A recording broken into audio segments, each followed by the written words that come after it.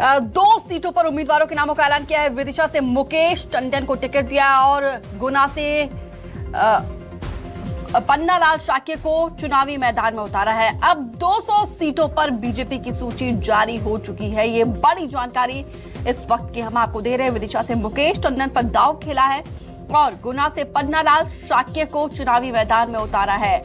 अब देखिए 230 सीटों पर उम्मीदवारों के नामों का ऐलान हो चुका है। 17 तारीख को यहां पर वोट कास्ट किया जाएगा।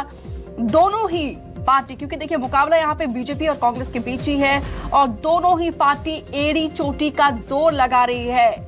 यहां पे स्टार प्रचारकों की लिस्ट जारी कर दी गई है। धुआंधार प्रचार किया जा रहा है दोनों ही पार्टियों की तरफ से। और आज की बात की जाए तो देखिए यहाँ पे सूबे के मुखिया खुद अपने गृह जिले पहुंचे हुए हैं और अलग अलग जगहों पर पार्टी के पक्ष में माहौल बनाने के लिए केंद्र से शीर्ष नेतृत्व भी लगातार आ रहा है।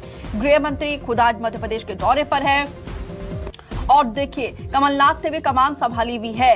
और अब ये 2 सीटों पर उम्मीदवारों के नामों का इंतजार था, ये इंतजार भी अब खत्म हो चुका है। विदिशा से मुकेश टंडन को चुनावी मैदान में उतारा है और गुना से पन्नालाल शाक्य। और इसकी जानकारी न्यूज 24 एमपीसीजी ने सबसे पहले आपको दी थी कि इन दोनों उम्मीदवारों के ऊपर मुहर लग सकती है, इन दोनों को चुनावी मैदान में उतारा जा सकता है।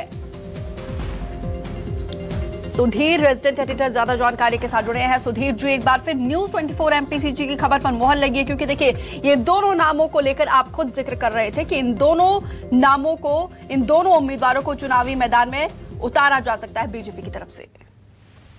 देखिए बिल्कुल अपने बचे हुए आखिरी 2 उम्मीदवार के नाम का ऐलान बीजेपी ने कर दिया है और न्यूज 24 ने तकरीबन जब बीजेपी की 5वीं सूची आई थी उसी समय इन दोनों नामों का घोषणा की थी कि इन नामों पर विचार बीजेपी के अंदर किया जा रहा है और संभवतः इन्हीं नामों पर बीजेपी जो है दाव लगा सकती है। और आज दोनों नामों के ऐलान के साथ पर न्यूज 24 की खबर पर मोहर लगी है। पन्नालाल शाक्य बीजेपी के पूर्व विधायक है, 2013 में बीजेपी के सिंबल पर गुना से चुनाव लड़े थे, पर लेकिन 18 में विराट कोहली और अनुष्का शर्मा की शादी को लेकर जो बयान उन्होंने दिया था पूरे देश भर में चर्चित रहा था और उस बयान के चलते ये माना जाता कि प्रधानमंत्री नरेंद्र मोदी से लेकर केंद्रीय नेतृत्व उनसे नाराज है और उसका असर 2018 के चुनाव में देखा जब पन्नालाल शाक्य का टिकट काटकर उनकी जगह पर गोविंदलाल जाटव को यहाँ से चुनावी मैदान में उतारा गया। हालांकि उस समय पन्नालाल शाक्य ने पार्टी के अनुशासित सिपाही की तरह अपना धर्म निभाते हुए बीजेपी का प्रचार किया था और उसका फल उनको आखिरकार 2023 में मिला है और इस बार फिर से 5 साल के अंतराल के बाद बीजेपी ने उनको चुनावी मैदान में फिर से विधायक बनने के लिए उतारा है और कहना होगा कि बीजेपी ने पुराने चेहरे पर यहाँ पर दाव खेला है। वहीं पर मुकेश टंडन की बात करें तो मुख्यमंत्री शिवराज सिंह चौहान की पसंद माने जाते हैं। यहाँ पर 3 दावेदारों के नाम सबसे आगे चल रहे थे, इनमें तोरण सिंह दागी, मुकेश टंडन और ज्योति शाह जो कि पूर्व वित्त मंत्री राघव जी की हैं। पर लेकिन शिवराज सिंह चौहान अपनी पसंद के उम्मीदवार, ये मुख्यमंत्री शिवराज सिंह चौहान का जिला भी इसको कहा जाता है क्योंकि मुख्यमंत्री शिवराज सिंह चौहान यहाँ से 4 बार सांसद रहे हैं विदिशा लोकसभा से और वो चाहते थे कि उनकी पसंद के उम्मीदवार को अगर चुनावी मैदान में उतारा जाता है तो निश्चित तौर पर क्षेत्र में एक मैसेज आएगा कि शिवराज सिंह चौहान खुद चुनावी मैदान में है। पिछला चुनाव मुकेश टंडन 2018 में लड़े थे, पर लेकिन जो कांग्रेस के शशांक भार्गव है उनसे वो चुनाव हारे थे। उसके बाद एक बार फिर से बीजेपी ने मुकेश टंडन पर ही दाव लगाया है और आखिरी दौर तक इनके नाम पर मंथन चलता रहा था, जिसके बाद बीजेपी ने मुकेश टंडन के नाम की ऐलान सहमति के साथ में यहाँ पर की है। कल आखिरी दिन है नामांकन का और ये माना जा रहा था कि आज बीजेपी बचे हुए उम्मीदवारों की सूची जारी करेगी और आज दोपहर में नामांकन के 1 दिन पहले बीजेपी ने अपने बचे हुए दोनों उम्मीदवारों के नाम का ऐलान कर दिया है। बिल्कुल सुधीर जी, देखिए आपने जिस तरीके से कहा कि विदिशा की बात की जाए तो यहाँ पे कहीं ना कहीं सीएम शिवराज सिंह चौहान के नाक का सवाल है और गुना की बात की जाए तो सिंधिया के साख का सवाल है। ऐसे में मुकाबला आप किस तरीके से देख रहे हैं यहाँ पर बीजेपी और कांग्रेस का? कौन यहाँ पे कड़ा मुकाबला देते हुए नजर आ रहा है?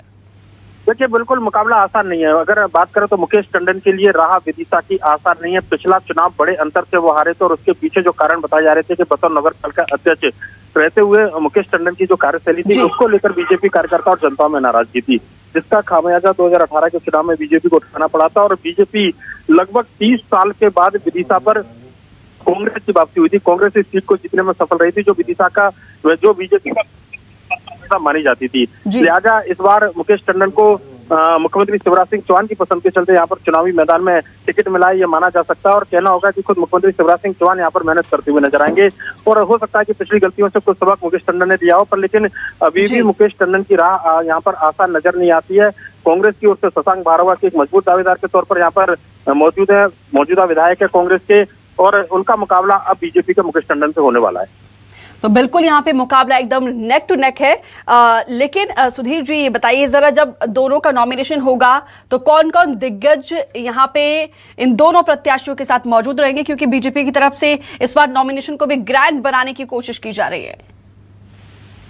देखिए, देखना होगा, कल नॉमिनेशन का आखिरी दिन है और ये तय करेंगे कि मुख्यमंत्री शिवराज सिंह चौहान का शेड्यूल क्या है। आज अगर हम बात करें तो विदिशा के अंदर पूर्व मुख्यमंत्री कमलनाथ नजर आ रहे हैं और कुरवाई के अंदर उनकी सभा, और ये माना जा रहा है कि यहाँ पर विदिशा के सभी प्रत्याशी मौजूद हैं। एक तरीके से माहौल बनाने का काम शिवराज सिंह चौहान के गढ़ में कमलनाथ कर रहे हैं और आज विदिशा जिले का उनका दौरा है।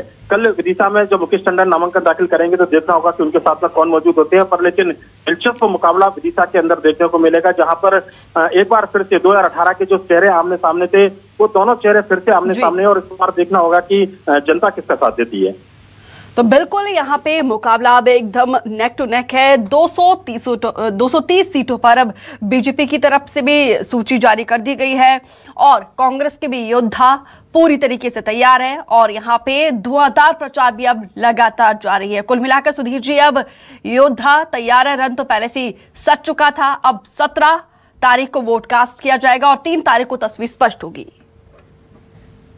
देखिए, निश्चित तौर पर 3 तारीख को तस्वीर स्पष्ट होगी। गुना और विदिशा दोनों सीटों के साथ ऐलान के साथ ही अब मध्य प्रदेश में 230 जो विधानसभा की सीटें हैं, सभी सीटों पर स्थिति साफ हो गई है। आमने सामने कौन प्रत्याशी है, कहां पर त्रिकोणीय मुकाबला है, ये स्थितियां भी लगभग बनती हुई नजर आ रही है और मध्य प्रदेश के अंदर इस बार बीजेपी कांग्रेस दोनों के बीच में कांटे का मुकाबला नजर आ रहा है। 2018 से पहले हम जिस तरीके से देखा करते थे कि मध्य प्रदेश में 13 और 8 के चुनाव लगभग नीरस चुनाव थे और वहां पर एक तरफा लोगों को पता था कि बीजेपी सरकार बनाने जा रही है। पर लेकिन पिछले 5 साल के दौरान 2018 में जब से कांग्रेस ने सत्ता में वापसी की थी और उसके बाद में सरकार कांग्रेस की भले ही चली गई हो, पर लेकिन कमलनाथ ने जिस तरीके से कार्यकर्ताओं का मनोबल बना के रखा, जिस तरीके से मध्य प्रदेश के दौरे उन्होंने किए और एक मैसेज देने में कामयाब रहे कि कांग्रेस 2023 में मजबूती के साथ चुनावी मैदान में है, इस बार उसका असर देखने को मिल रहा है और कड़ा मुकाबला कांग्रेस बीजेपी के दोनों के बीच में है। जो तमाम सर्वे थे, जो तमाम एग्जिट पोल थे, वो शुरुआत में ही दोनों के बीच कड़ा मुकाबला बता रहे हैं और मध्य प्रदेश की ग्राउंड रियलिटी पर अगर इस विधानसभा चुनाव में देखें तो लगभग हालात भी इसी तरीके के बनते हुए नजर आ रहे हैं। आज जब बीजेपी ने अपने दोनों उम्मीदवारों के नाम का ऐलान कर दिया है तो मध्य प्रदेश की सभी 230 विधानसभा सीट की स्थिति पूरी तरीके से सामने हो गई है कि कांग्रेस और बीजेपी से अब कौन कौन से चेहरे आमने सामने हैं।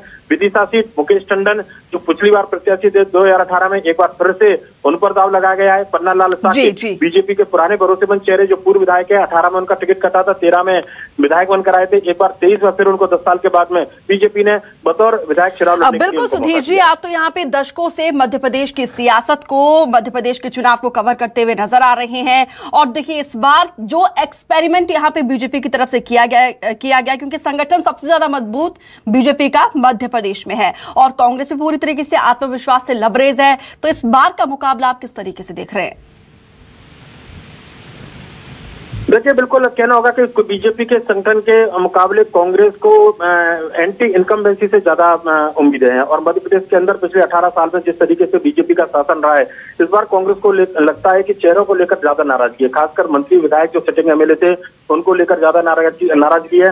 बीजेपी इस बात को जानती थी, यही वजह थी कि मध्य प्रदेश के अंदर बीजेपी ने अपने 127 में से मौजूदा जो 29 विधायक है उनका टिकट काटने का काम किया था। एक बड़ा नंबर होता है 29 विधायकों का, अगर सिटिंग एमएलए का टिकट काटा जाए। इनमें 3 मंत्री भी शामिल है, जिसमें ओपीएस भदौरिया कहना होगा कि एक मंत्री थे जो जिनका टिकट काटा गया। हालांकि 2 मंत्रियों ने अपनी स्वेच्छा से चुनाव लड़ने से इनकार किया था, पर लेकिन उनमें भी गौरी शंकर बिसेन ने नामांकन दाखिल कर दिया है क्योंकि उनकी बेटी की तबीयत खराब और ये माना जा रहा है कि बीजेपी उनको आधिकारिक तौर पर अपना प्रत्याशी बना सकती है। इस बात का फैसला भी फॉर्म जब दिया जाएगा बालाघाट के अंदर उस समय होगा। तो मुकाबला मध्य प्रदेश के अंदर इस बार दिलचस्प होने वाला है और बीजेपी और कांग्रेस दोनों के बीच कांटे की टक्कर है। और आज जो बचे हुए जो 2 प्रत्याशी थे बीजेपी का, जिनका इंतजार किया जा रहा था कि कल नामांकन आखिर बीजेपी कब तक अपने प्रत्याशियों का ऐलान करेगी, तो वो आखिरी पत्ते भी बीजेपी ने अपने खोल दिए हैं और दोनों चेहरे जो है अब जनता के सामने है।